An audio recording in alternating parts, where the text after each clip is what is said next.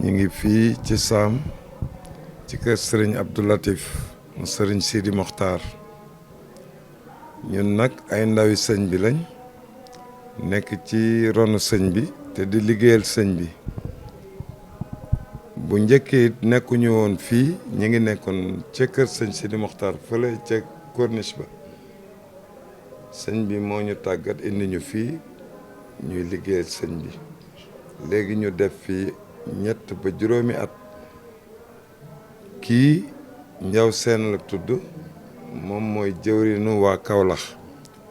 kële Serigne Bassirou Dramé la tudd mooy jëwrinu waa Dakar kële Cheikh Diouf la tudd moom mooy trésorier bi man nag may superviser lépp lu am fii ci kër gi loolu daal laa ne woon dinaa ko fi sànni ndax ñu ubbee ko waxtaan wi ngir bu déwénee màggal gi yokk jërë ngeen jëf. jërëjëf sëriñ bi sa kàddu yi rafet na xam naa ñu jox Njaw Seen rek moom it mu sànni ci ay kàddu incha allah bisimilah sëñ Njaw. asalaamaaleykum ñoo ngi leen di dalal jàmm ci kër sëñ Abdou Latif Mbacke mi nga xamante ne moom mooy suñu sëriñ mooy suñu wasila ñun nag ñu ñooy jëwriñ Nuuru Daarayni Touba campement Latmingué ci Saloum comme ni ko sëñ bi waxee léegi sëriñ Abdou Latif Mbacke da di koo xamante ne maanaam ci tuut tànk ca lay dox di ko defar dafa mel ni ñun suñu daayira bi daayira tuut tànk la boo xamante ne dafa jóge fii Touba ñëw ba fële Saloum foo xamante ne yaakaar naa ne benn mbàkke tegu gu fa tànk mu ñëw fa di fa liggéey pour dajale mbooloo moo xamante ne tey jii man la teg ne man maay seen jiit am ci man yaakaar te fekk bi ma fiy jiitalit naa ne yoon bi xaw ma ci dara xaw ma sax luy jëwriñ waaye dafa ma fay teg may def mbir yi di baax ma yaakaar ne man la fekk lépp moom la loolu it moom lañ koy delloo cant googu ndaxte dem foo xamante ne kenn mënu faa def dara yow nga samp fa daayira ba dem ba daayira yam fa fekk yëpp gën leen a mag gën leen ëpp solo loolu du ñun waa daayira bi waaye ci moom mii la te wax dëgg na yàlla ci jikkoom ak ci lislaam bi nga xam ne moom la woon dëkk ba moo tax ñëpp respecté ko ndax dëkk diine la dëkk la boo xamante ne ña fa jàng alxuraan bari nañ nekkul dëkk boo xamante ne diine dafa gane si waaye tarixa murit dafa ñëw tarixa ya fa nekk yëpp nangul ko ngir jëmm ji lislaam Sëriñ Tuuba loolu kese la ñuy wax ak fonk leen waajur yi te loolu lañ ànd ak moom loolu nag ñu ngi ko ciy ñaanal Mbàkke mu yàgg fi loolu te ànd ak wér yéen it di leen ñaanal yal na ngeen fi yàgg te liggéeyam bu fekkente ne wër na ndaw yu bari xam ko yaakaar nañ ne képp ku ànd ak moom ci li muy defar nit mooy ci jub ci njàmbaar ak ci lislaam loolu lañ xam ci moom ñoo ngi leen di jaajëfal bu baax jërë ngeen jëf.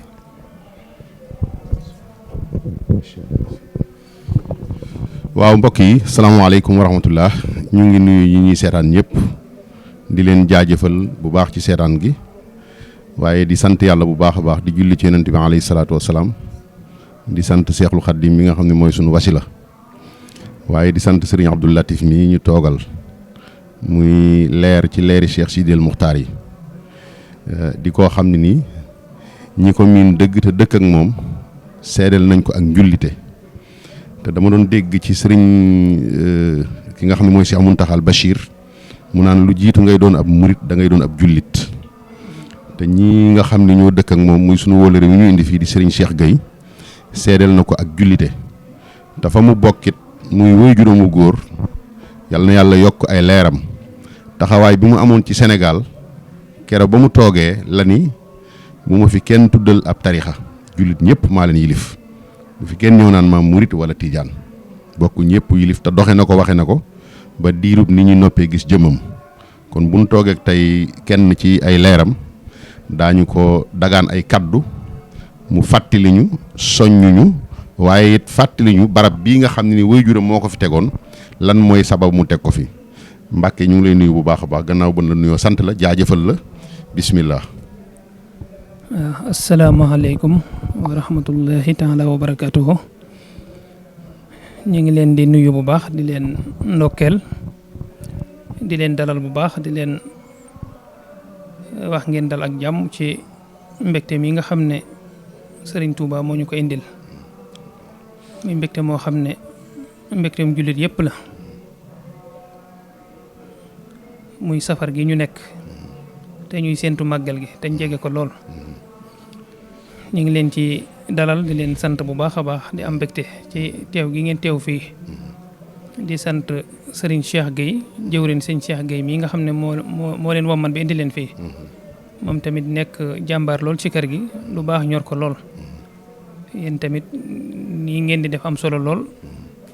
ndax dafa bokk ci li nga xam ne mooy gën a leeral lan mooy liggéeyub Serigne Touba